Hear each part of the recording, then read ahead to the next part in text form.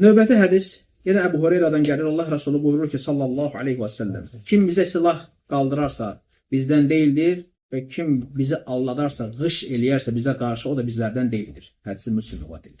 Müsəlman müsəlmana silah qaldıra bilməz. Müsəlman döyüşməsi doğru deyil. Böyük günahlardandır.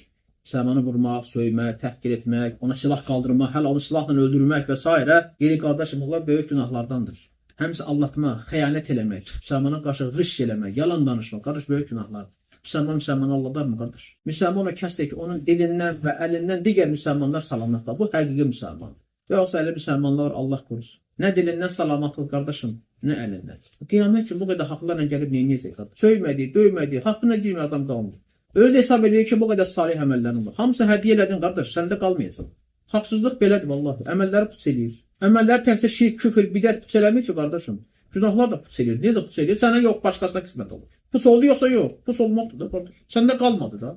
Dağlar qədər sağlarla gələn adamlar var ki, heç nə görməyəcək tərəzisində. Hanı? Sən bu qədər zülm eləmişsən, qardaş.